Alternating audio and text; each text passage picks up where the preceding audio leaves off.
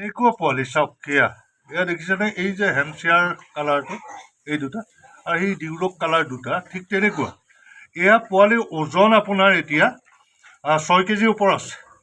এই হেমশ্বেয়াৰ কালাৰ এইটো আৰু এই ডিউৰক কালাৰ এই ইয়াৰ আগৰটোৰ এই দুটাৰ ওজন 6 কেজি 400 আছে। ঠিক 6 কেজি 400 ঠিক এনেকুৱা ওজনৰ এটা পোৱালি কালি ঠাণ্ডাৰ কাৰণে মৰি গৈছে।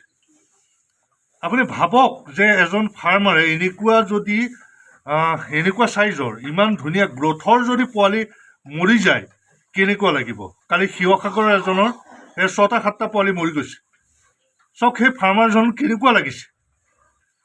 এই ঠাণ্ডা এই ফেব্ৰুৱাৰী মাহত এনেকুৱা ঠাণ্ডা আপোনালোকে ভাবক। নমস্কাৰ বন্ধুসকল, মই সিদ্ধাৰ্থ শংকৰ কলিতা আৰু এটা নতুন ভিডিঅ' লৈ মই মোৰ চেনেল সিদ্ধাৰ্থ শংকৰ কলিতালৈ আপোনালোকক স্বাগতম জনাইছোঁ।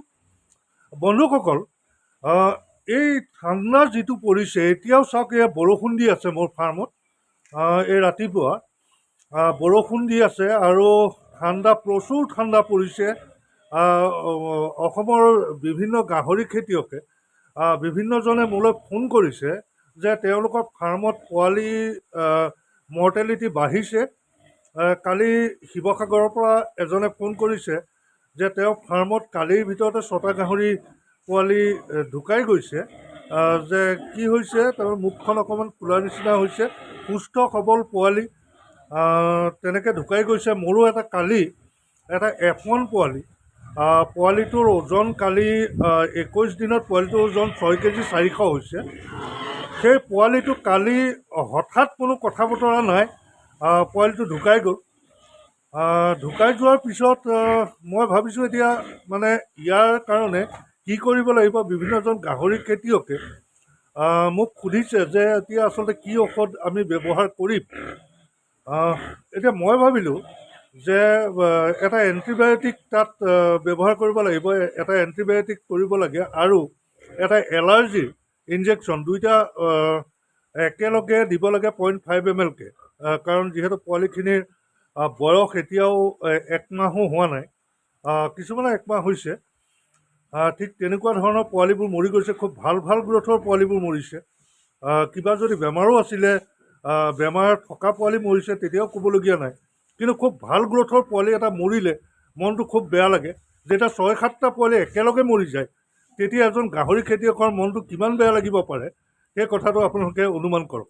গতিকে মই আজি এটা এণ্টিবায়'টিক আৰু এটা এলাৰ্জিৰ ইনজেকশ্যন দিব খুজিছোঁ পোৱালিখিনিক। যিকেইটা পোৱালি কালি যোনটো মানে যিজনী মাকৰ পোৱালি কালি এটা ঢুকাই গৈছে, সেই পোৱালিকেইটাক মই অকণমান এই এণ্টিবায়'টিক আৰু এলাৰ্জিৰ ইনজেকশ্যনটো পুছ কৰিব খুজিছোঁ। আহক মই কোনটো ইনজেকশ্যন পুছ কৰিম মই আপোনালোকক দেখুৱাই গৈছোঁ। আহক বন্ধুসকল, মই এইটো এনৰফ্লক্সাইচিন, এইটো এণ্টিবায়'টিক, এইটো ইনজেকশ্যন কোম্পানী যিয়ে নহওক, এইটো কম্পজিশ্যনটো এনৰফ্লক্সাইচিন। এই এণ্টিবায়'টিকটো মই 0.5 ml কে প্ৰত্যেকটো পোৱালিকে পুছ কৰিম। মোৰ যিকেইটা মানে যিজনী মাকৰ পোৱালি এটা ঢুকাইছে বুলি মই কালি কৈছোঁ, গতিকে তাত এই এণ্টিবায়'টিকটো মানে মই পুছ কৰিম 0.5 ml, 0.5 ml। তাৰপিছত এই এটা এলাৰ্জিৰ এটা ইনজেকশ্যন এভিলিন, এইটো ইনজেকশ্যন মই 0.5 ml কে পুছ কৰিম। এতিয়া এই দুইটা ইনজেকশ্যনেই দিব লাগিব আচলতে এটা এলাৰ্জিৰ কাৰণে। কাৰণ পোৱালিটোৰ কালি মই দেখিছোঁ ডিঙিৰ এইখিনিতে অলপ এই মুখখন গালখন ঠিক অকণমান ফুলাৰ নিচিনা দেখিলোঁ, যে সেইটো এটা এলাৰ্জিক ইনফেকশ্যন হ'ব পাৰে। গতিকে তাৰ কাৰণে এইটো মই 0.5 ml কে দিম, যিহেতু পোৱালিখিনিৰ 1 মাহ হোৱা নাই এতিয়াও। আৰু এইটো মই এনৰফ্লক্সাইচিন যিটো এণ্টিবায়'টিক, এইটো মই 0.5 ml কে দিম। আহক মই কেনেকৈ দিওঁ আপোনালোকক মই দেখুৱাই যাওঁ। আহক।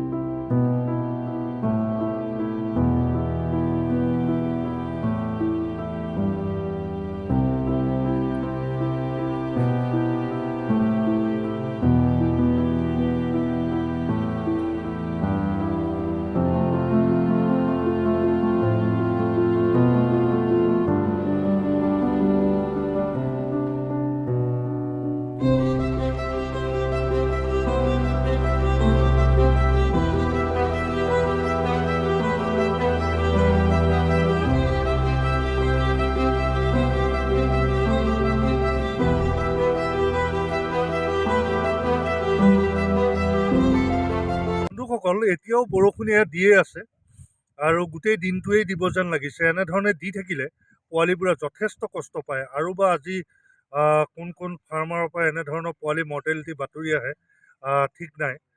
প্ৰায়বোৰ ফাৰ্মাৰে এতিয়া ফোন কৰিছে, যিবোৰ ফাৰ্মাৰৰ আচলতে গাহৰি পোৱালি জগিছে বা এমাহতকৈ কম হৈছে বয়সটো, এই তেনেকুৱা মানে প্ৰায়বোৰ ফাৰ্মাৰে মোলৈ ফোন কৰা গাহৰি পোৱালিবোৰ মৰিছে। আৰু এতিয়া যিমান পাৰে সিমান ৱাৰ্ম কৰি ৰাখিব, লাইট দি ৰাখিব, যদি হিটাৰৰ ব্যৱস্থা আছে হিটাৰ দিয়ক, আৰু যদি নাই টাগাৰি চাগাৰি লৈ এনেকৈ জুই ধৰক, জুই ধৰি পোৱালিবোৰ মুঠতে ৱাৰ্ম কৰি ৰাখক। আৰু বাকী যিখিনি আছে আৰু পোৱালি কিছুমান মানে পোৱালি এনিমিয়াটো মৰে, আপোনালোকে পাৰিলে আইৰণ বেজীটো দিছেই, আৰু তথাপিও এচামুচ চাৰ্কফেৰল খুৱাই দিব পাৰে পোৱালিবোৰক। ঠিক এনেধৰণে ৰাখক। এতিয়া উপায় নাই, মানে নিজে সাৱধানে নাথাকিলে পোৱালি ৰখাটো খুব টান হৈ গৈছে।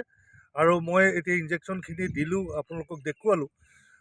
আৰু ভিডিঅ'টো বিশেষ দীঘলীয়া কৰিবলৈ মন যোৱা নাই, মনটো খুব ভাল লাগি থকা নাই। এনেধৰণে ফাৰ্মাৰৰ যদি পোৱালি মৰে তেতিয়াহ'লে ফাৰ্মাৰজনৰ কেনেকুৱা অনুভৱ হয় সেইটো আৰু মই নতুনকৈ ক'ব নালাগে।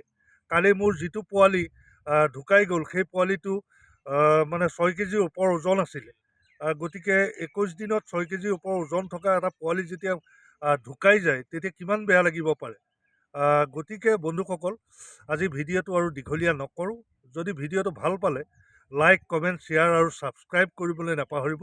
আৰু এটা নতুন ভিডিঅ' লৈ আকৌ আপোনালোকৰ ওচৰলৈ আহিম। ধন্যবাদ।